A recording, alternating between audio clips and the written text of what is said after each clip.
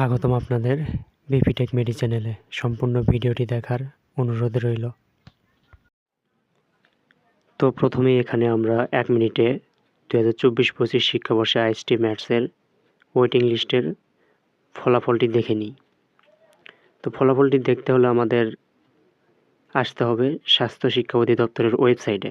আপনারা আপনাদের ফোনের যে কোনো ব্রাউজার থেকে dgme.gov.bd লিখে সার্চ করবেন, তাহলেই প্রথমে যে ওয়েবসাইটটি দেখতে পাবেন সেখানে প্রবেশ করলে এরকম একটি ওয়েবসাইট আপনাদের নিয়ে আসবে। তো এখানে স্বাস্থ্য শিক্ষার অধিদপ্তরে যে আজকে 9 জানুয়ারি 2025 আজকে যে আইএসটি ম্যাথসের প্রথম ওয়েটিংয়ের ফলাফলটি দিয়েছে সেটি যদি দেখতে চাই পিডিএফটিতে প্রবেশ করতে হবে। তো আমরা এখানে পিডিএফটিতে প্রবেশ করলেই সমস্ত ফলাফল দেখতে পাবো। পিডিএফটির লিঙ্ক আমরা ডেসক্রিপশন বক্সে দিয়ে দেবো, আপনারা সেখান থেকে দেখে নেবেন। তো আপনাদের রেজাল্ট পরবর্তী সময়ে করণীয় যে গুরুত্বপূর্ণ বিষয়গুলি আছে তার মধ্যে প্রথমে যে বিষয়টি পড়ে সেটি হচ্ছে আপনাদের ভর্তির তারিখ। আপনাদের ভর্তির তারিখটি হচ্ছে 13/1/2025 হতে 27/1/2025। এই সময়ের মধ্যে অফিস চলাকালীন সময়ে আপনাদের নির্ধারিত কলেজে গিয়ে ভর্তি হতে হবে এবং অবশ্যই আপনাদের প্রয়োজনীয় কাগজপত্রগুলো সাথে নিয়ে যেতে হবে।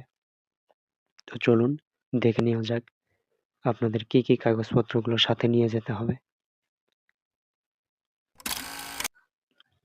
তো আপনারা মাথা ঠান্ডা করে বুঝবেন, একটুও ভুল করা যাবে না। যদি কোনো ভুল হয় তাহলে আপনাদের অনেক সমস্যার মুখোমুখি হতে হবে, অনেক ঝামেলা পোহাতে হবে। তাই যাতে কোনো ঝামেলা পোহাতে না হয় ঠান্ডা মাথায় বুঝুন।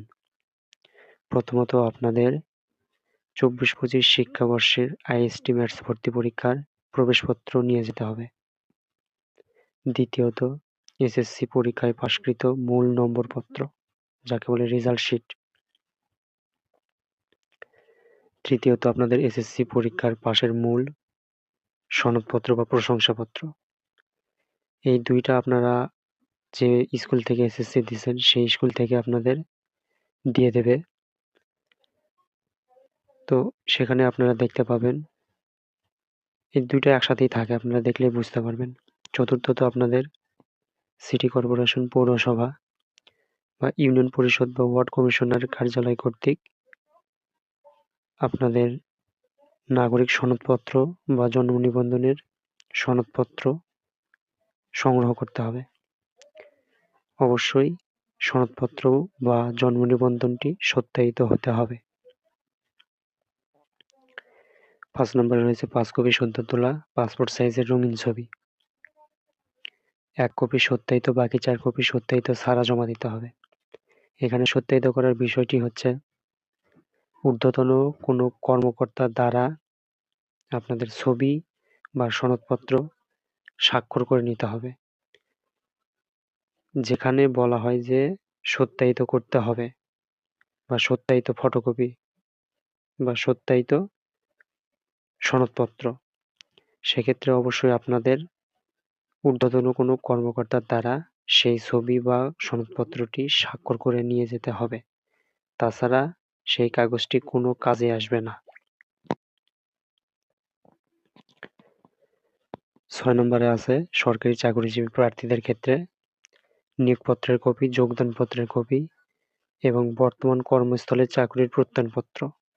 অর্থাৎ যারা সরকারি চাকরিজীবী প্রার্থী আছেন, আপনাদের নিয়োগপত্রের কপি, যোগদানপত্রের কপি এবং বর্তমানে যে জায়গায় চাকরি করতেছেন বা যে প্রতিষ্ঠানে চাকরি করতেছেন সেখানকার একটি প্রত্যয়নপত্র আপনাদের সংগ্রহ করতে হবে। 7 নম্বরে রয়েছে মুক্তিযুদ্ধের কোঠা। এখানে আপনারা যারা মুক্তিযুদ্ধের কোঠা আছে তাদের কিছু বিধিবিধান অনুসরণ করতে হবে। 8 নম্বরে রয়েছে পার্বত্য উপজেলার প্রার্থী। পার্বত্য উপজেলার প্রার্থী যারা আছেন তাদের অবশ্যই জেলা প্রশাসকের সনদপত্রটি সংগ্রহ করতে হবে। তো এখানে যে বিষয়গুলো আপনারা দেখতে পেলেন অবশ্যই আগে থেকে সংগ্রহ করে রাখবেন একটিও যেন ভুল না হয়। যদি ভুল হয় তাহলে আপনাদের অবশ্যই অনেক সমস্যার মধ্যে পড়তে হবে। তো এখানে দুটি বিষয় খুবই গুরুত্বপূর্ণ। সনদগুলো সত্যায়িত করা, দ্বিতীয়ত সবগুলো সনদপত্রের ৩ কপি করে ফটোকপি সাথে নিয়ে যাওয়া।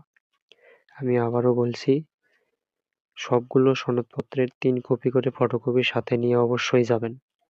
আপনারা যখন কলেজে ভর্তি হতে যাবেন, মূল সনদপত্রগুলোর সাথে অবশ্যই আপনাদের ফটোকপি যাবে। তো তখন আপনারা যদি দিতে না পারেন তাহলে অনেক ঝামেলার মধ্যে পড়তে হবে। তো অবশ্যই আগে থেকেই আপনারা মূল সনদপত্রগুলোর সাথে বাড়তি ৩ কপি করে ফটোকপি সাথে নিয়ে যাবেন।